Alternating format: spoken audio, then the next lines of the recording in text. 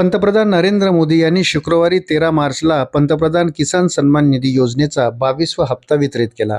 पंतप्रधान मोदी यांनी आसामच्या गुवाहाटी येथून देशातील 9.32 कोटी शेतकऱ्यांच्या बँक खात्यात 18,640 कोटी रुपये जमा केले।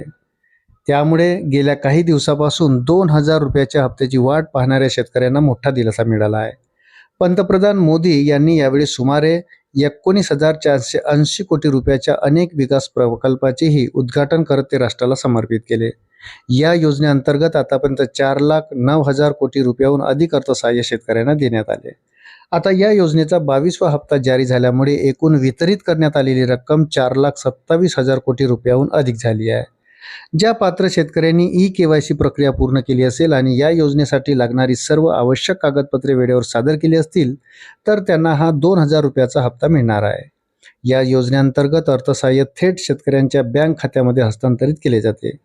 या अंतर्गत पात्र शेतकऱ्यांना दरवर्षी एकूण 6,000 रुपये मिळतात। ही रक्कम दर 4 महिन्यांनी 2,000 रुपयाच्या 3 समान हप्त्यामध्ये दिली जाते। ही रक्कम थेट लाभ हस्तांतरणद्वारे थेट लाभार्थी शेतकऱ्यांच्या बँक खात्यामध्ये जमा करण्यात येते। पीएम किसान योजनेअंतर्गत नोंदणीकृत सर्व शेतकऱ्यांना ई-केवायसी बंधनकारक आहे। या योजनेच्या संकेतस्थळावरील माहितीनुसार पीएम किसान पोर्टलवर OTP आधारित ही प्रक्रिया सुविधा उपलब्ध करून दिली आहे। तसेच बायोमेट्रिक ई-केवायसी करण्यासाठी जवळच्या CSC केंद्रात जावे लागेल।